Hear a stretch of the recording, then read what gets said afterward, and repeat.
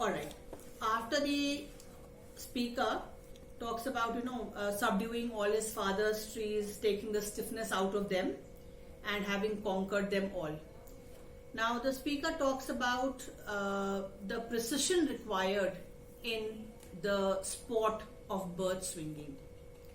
He says he learnt all there was to learn about not launching out too soon and so not carrying the tree away clear to the ground.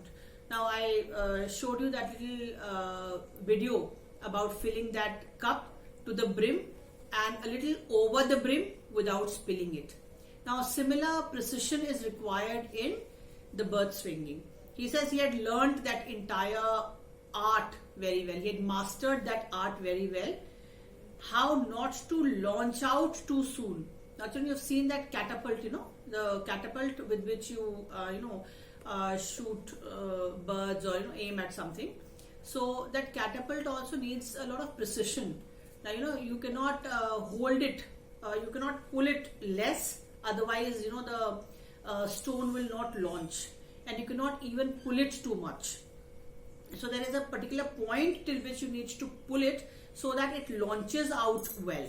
So here he says that he had learned or mastered this art of not launching out too soon and being able to carry the tree with him till he was able to reach the ground with that tree.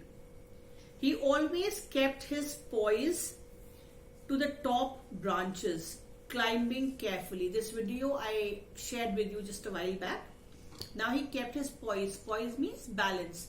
Now while you climb that tree, you have to maintain perfect balance. Because you cannot, there, where the person needs to decide from where to launch himself. So he keeps his poise till he reaches the top branches.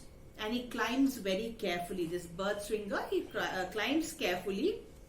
And while climbing, he takes the same pain here refers to the same care you take while you fill the cup to the brim and even a little above the brim. And then when he realizes that he has reached that position from where he can launch himself, with that precision, he realizes that this is the right place from where he can launch himself so that the tree will be able to take its weight and bring him down to the ground.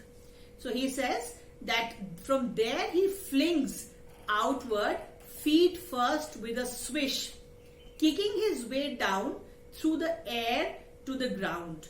Now here the videos that you saw, the person was not doing it the way it is described in the poem. His face was facing the tree trunk. Alright. Now here the person his back is facing the tree trunk. When he is holding that tree, it is like this. He's holding it from the back and the face is facing opposite the trunk of the tree. And then holding that trunk this way, he launches himself. And as he is coming down towards the ground, he is kicking his feet this way to and fro to pull that tree down towards the ground. So he says that he flings himself outward and feet first and with a swish and kicking his way down as he is coming downward, he reaches the ground.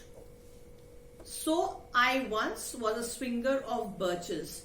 So now here the poet says that he knows this well, because he himself has been a swinger of the birches. Now the last video that I'll be doing would be on the theme of the poem, a very important theme, when he is going back into the past and remembering the swinging of the birch as a child, and till now what he was talking about as a bird swinger or swinging of the birch tree, it was just a fun activity, it was just a sport. From now on, this swinging of the birch adopts a metaphorical meaning. It adopts a metaphorical meaning.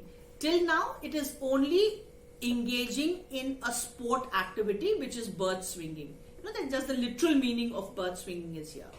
But what I will teach in the next video will be going into the metaphorical meaning of bird swinging, where it is just not a sport, but it is a metaphor on life itself.